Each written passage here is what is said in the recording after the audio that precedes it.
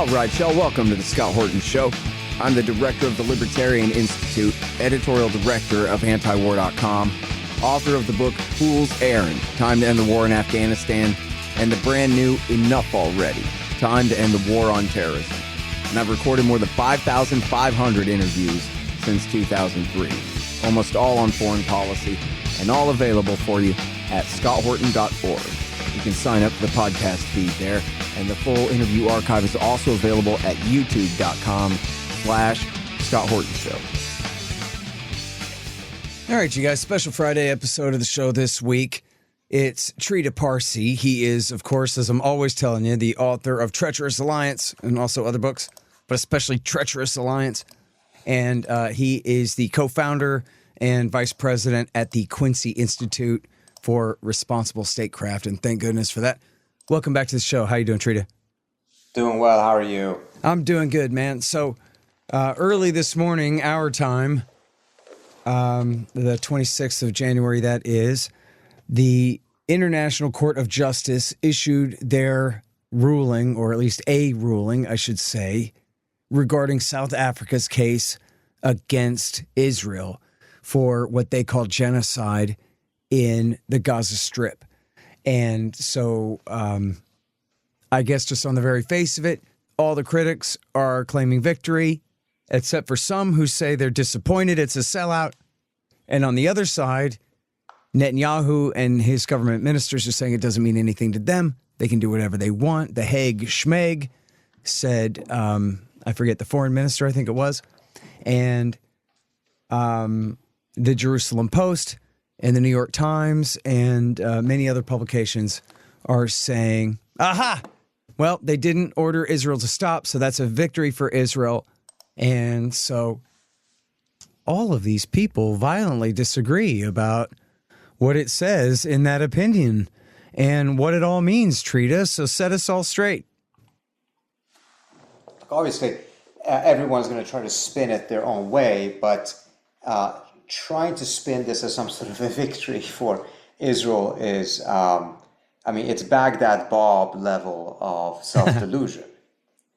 On everything except for the request, the explicit request that the court orders a ceasefire. The South Africans won, and they won with overwhelming margins. But at the same time, if you take a look at what the court is ordering, it's next to impossible for Israel to achieve it without a ceasefire. So in practice, what the implications of the case is that it will have to go towards a ceasefire. On the more important aspect, for a longer term matter, which is, did the South Africans show enough evidence that there is a plausible case to be made that what Israel is engaging in right now does constitute genocide? Then clearly the South Africans won, because the court did not dismiss the case, asked for more evidence. It's going to do its own investigation, but said that the evidence that has been provided so far has been so convincing that they even ordered South Africa to prosecute its own senior politicians who have been issuing statements that are genocidal. Interestingly enough, that includes, minister post in the Israeli government. Mm-hmm. You said South Africa, but you meant Israel there. I'm sorry, meant Israel. Yeah, just make sure.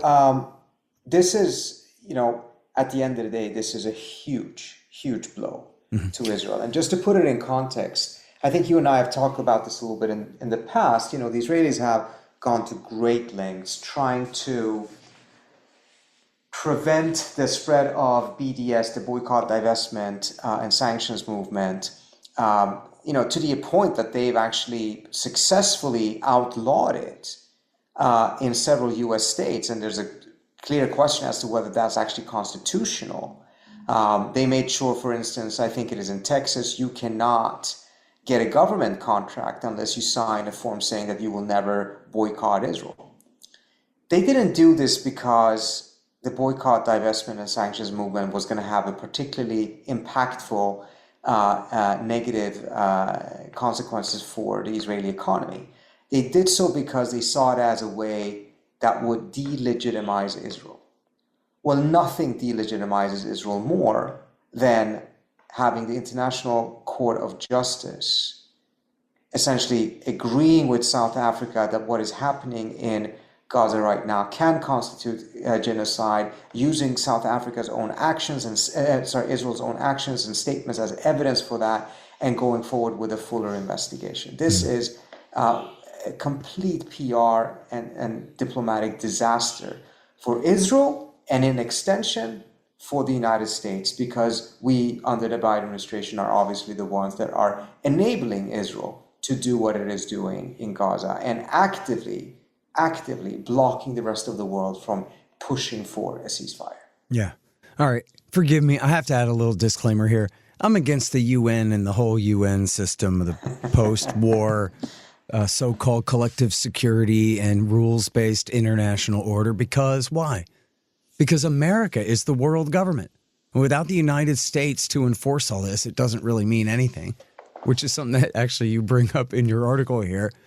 Which I mean to say, by the way, that aside, all other things being equal, Israel is a signatory to the UN Charter and to the Genocide Convention and to the International Court of Justice, structure and whatever. So all other things being equal, they've signed up to be subject to this international law.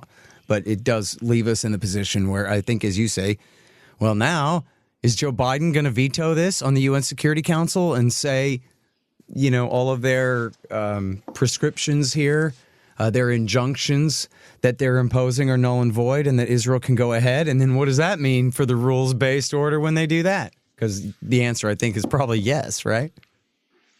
Yeah, I mean, this is, again, interestingly enough, we looked into it, and the Biden administration, senior officials have more or less stopped using the term rules-based international order since October 7th.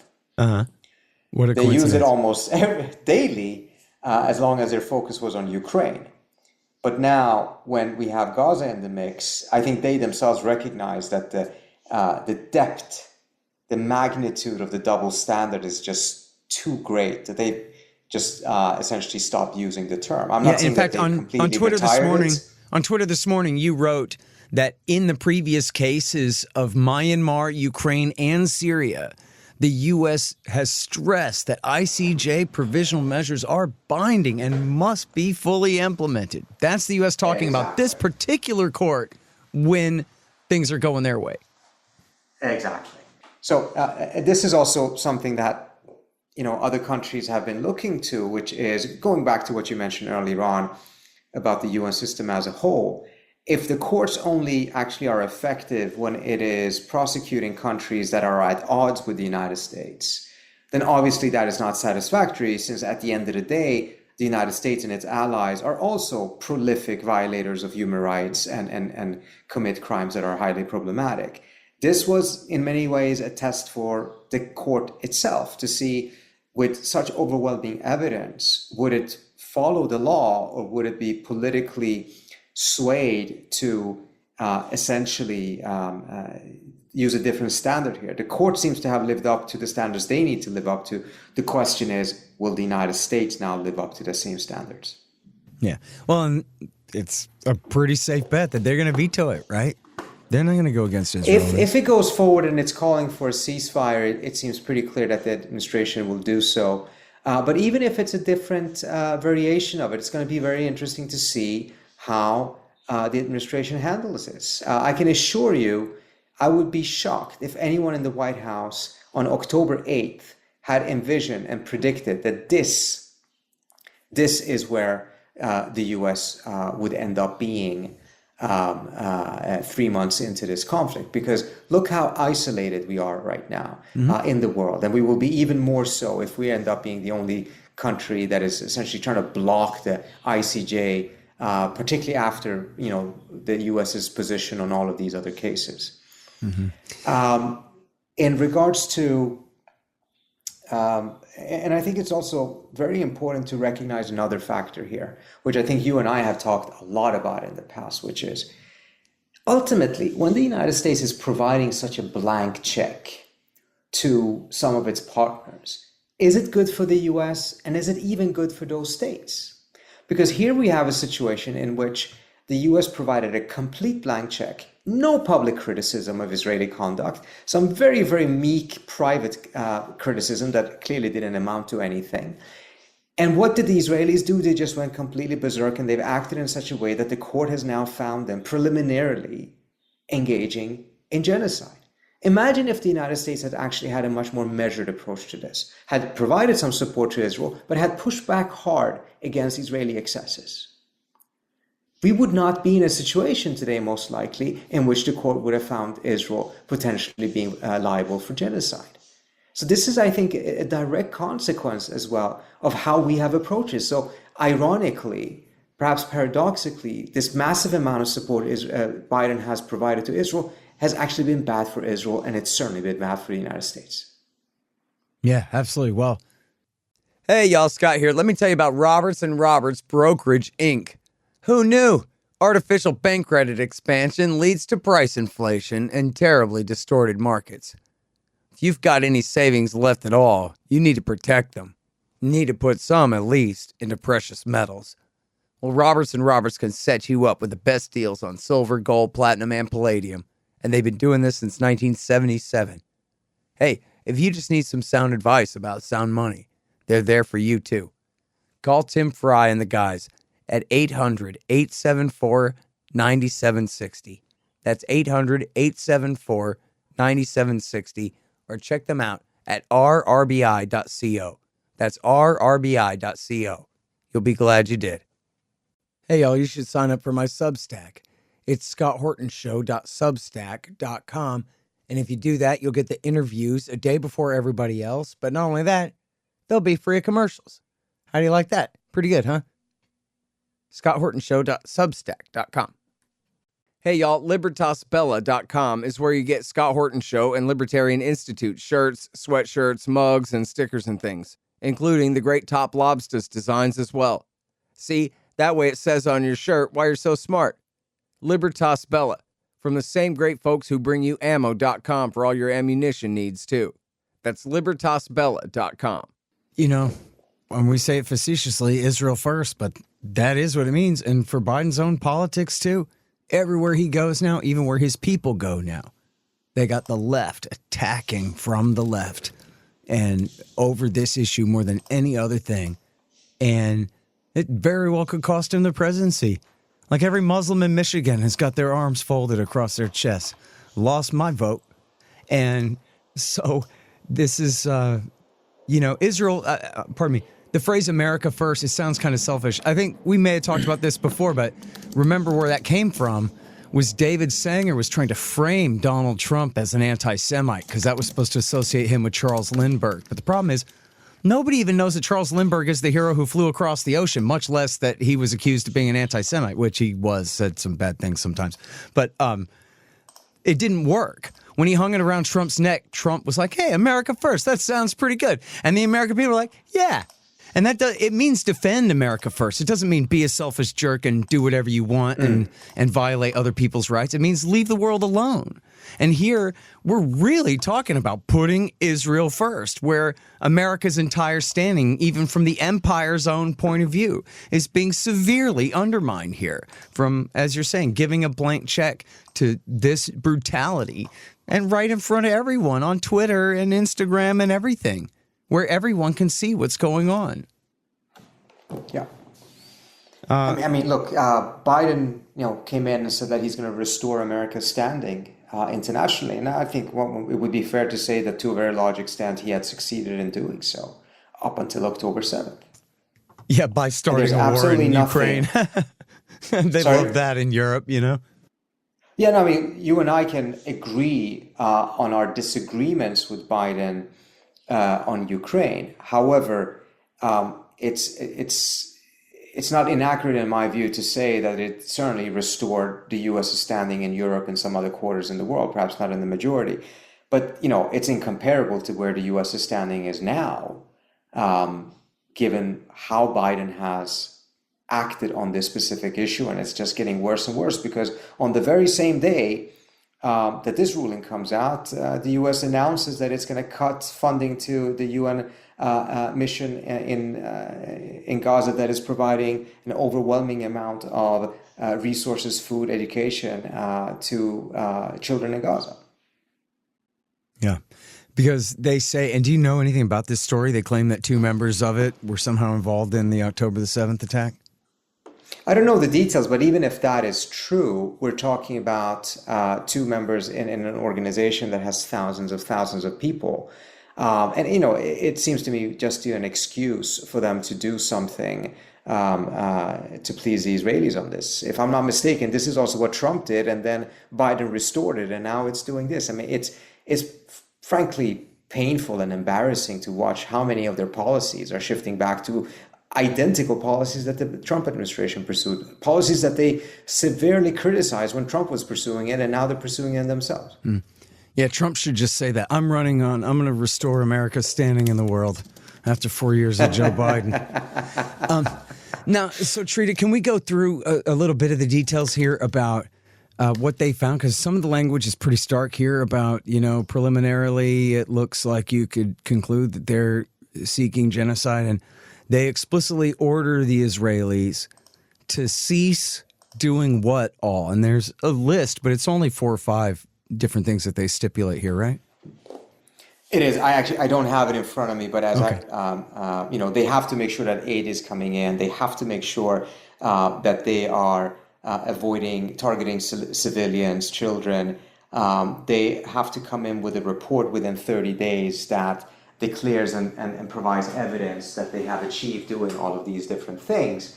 And that's where I think the South African foreign minister made the argument that none of these things actually can be achieved without a ceasefire. So even short of explicitly calling for a ceasefire, in practice, Israel has to go along with a ceasefire in order to be able to meet the demands of the court. Mm-hmm. And even at one point they say they issue an injunction against destroying any evidence that may be necessary later. Yeah. So that was a pretty big one. And then, so when they write, but also, they reminded Israel in the court that its ruling is binding and that Israel has to prosecute its own officials. Many of them are seen as the moderates within the Netanyahu government that have made clear genocidal statements, such as calling all the Gazans human animals. Mm-hmm. And under this convention, those statements by government officials are criminal incitements to genocide. It's not the same as some schmuck with a blog or a podcast. These are government officials and essentially giving orders, Absolutely. right? We've seen where Netanyahu, when he gave a speech where he called the Palestinians Amalek, but he also said that in a message to the troops, who apparently internalized that, logic that the entire population of Gaza is one guilty thing to kill. So, yeah. So does that mean, wait, do they say that you got to prosecute these people? Because that would include the prime minister then. I don't know if they call out the prime minister himself, but others, they did. Let me see if I can quickly find that for you. It really is stunning. And again... Oh, you're right. It does say that. Number 79. The court is also of the view that Israel must take all measures within its power to prevent and punish the direct and public incitement to commit genocide in relation to members of the Palestinian group in the Gaza Strip. And then it lists Yoav Gallant, who said human animals, Isaac Herzog, which obviously is seen as a significant moderate, an entire nation is responsible. Israel Katz said they will not receive the drop of water, which again is a war crime to deprive them of water. So, this is extremely problematic for the Israelis. And even if they manage to ignore large parts of it, just as much as the term apartheid increasingly is publicly being used to describe Israel, I suspect that if the Israelis are not doing a good faith effort to actually abide by the court rulings, we're increasingly also going to hear the term genocidal as being a description of the Israeli state, unless the Israelis change course. Okay, one more question before I let you go. Can you talk a little bit about the major media, the TV and the papers, there have been some reports, even in the Washington Post, which I guess there's a younger generation of reporters at the Washington Post who maybe could be expected to be like this a bit. But, the Wall Street Journal did a thing, Trita, that said this is like Hamburg and Dresden and Tokyo. This is like Truman at his absolute most Hitlerian right here. And this is what they're doing to these people of this poor ghetto. Like they're the Third Reich? Come on. And that's in the Wall Street Journal. And then I saw this thing today. I'm skipping a few here, but for the sake of the question, today Clarissa Ward, who is a reliable handmaiden of the war party, going back to, say, Syria, for example, and Ukraine, absolute mouthpiece of the center-left establishment's point of view on, whatever, take it, Russiagate, whatever you got. And she did a special here about, I forget if it was 3 or 4 different circumstances where it's essentially a proven fact that the Israelis murdered people with white flags, including this old grandma or her mother and her little son, while she was walking with her little son. And grandson. It was grandson. Yeah. So, how meaningful is that? Do you think that there's a real shift here where the liberals are saying that, geez, the left kind of has a point about this? Not that they're paying attention to libertarians or anything, but that maybe things really are, as you say, this is way worse than any bad publicity from 2014 or the BDS movement or something. This is light years beyond the public relations situation that Israel was in before. Absolutely. And again, we may be in a point right now in which there's going to take a bit of time for the mainstream media in the United States to actually adjust to this reality, because you can just imagine the distance they have to adjust, right? But there's going to be adjustments. They're going to have to. They're not going to be able to continue to ignore this. I mean, and it's the same thing as with apartheid. Remember, it was extremely controversial. But then suddenly you had the report from Amnesty, from the Israeli human rights organizations, from Human Rights Watch, and it dramatically changed the discourse. I think this will make that as well, because this is not even an NGO we're talking about. We're talking about a centerpiece of the very same international system, the UN system, that at the end of the day, despite your opposition to it, Scott, is impossible to ignore. Yeah. All right. Well, thank you very much for your time, Trita. Great to talk to you again. Thanks so much. Talk to you soon. Bye. The Scott Horton Show, Anti-War Radio, can be heard on KPFK 90.7 FM in LA, APSradio.com, antiwar.com, scotthorton.org, and libertarianinstitute.org.